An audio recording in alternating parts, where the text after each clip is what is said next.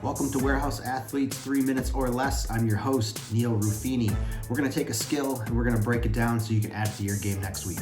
Let's check it out. Welcome, guys, to another week of 3 Minutes or Less. This week, we're going to do the shooting off ice outside 1 foot forehand shot.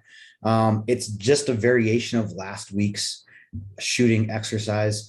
A lot of the same things are going to be apparent in this one. Compared to last week. One big difference is obviously since we're shooting off our opposite foot that we were the previous week, we do have to make some minute adjustments. And sometimes we find that one shot is more difficult than the other, or I guess we're more comfortable with one shot than we are another one, just by transferring our weight from one foot to the other. So here, we're going to be, for me, since I'm a lefty, I'm going to be balancing on my right foot.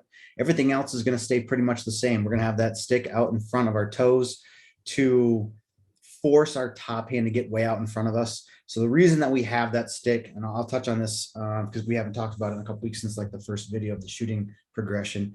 The reason why I put the stick out in front of me, in front of my toes, is to force my top hand to reach out farther than is normally comfortable. With doing that and getting comfortable with my top hand way out in front of me, it allows me to then snap off the puck quicker, as I'll have a longer pullback with my top hand while my bottom hand is pushing forward.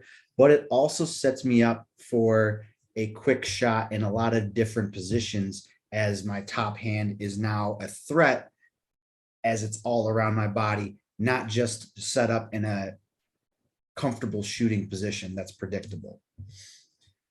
So here is a good example. This shot here is my top hand pushes way out in front. My bottom hand is pushing down directly into the stick.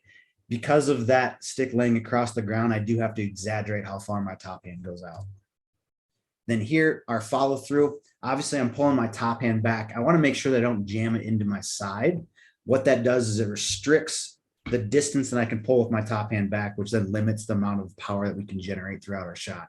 Also, we want to make sure that we go all the way through with our bottom hand and our follow through. If you shortchange yourself on your follow through, you're not going to generate as much power as you potentially could.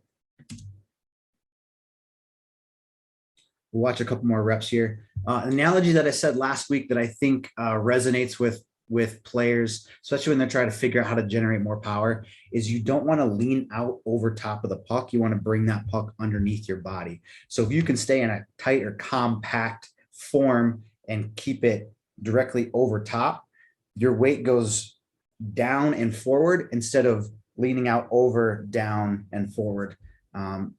It gives you the potential to generate more power throughout your shots. And get comfortable shooting off both feet, because once you're skating down the ice towards the net, you want to be a shooting threat off either skate. And that is our shooting off ice outside 1 foot forehand shot.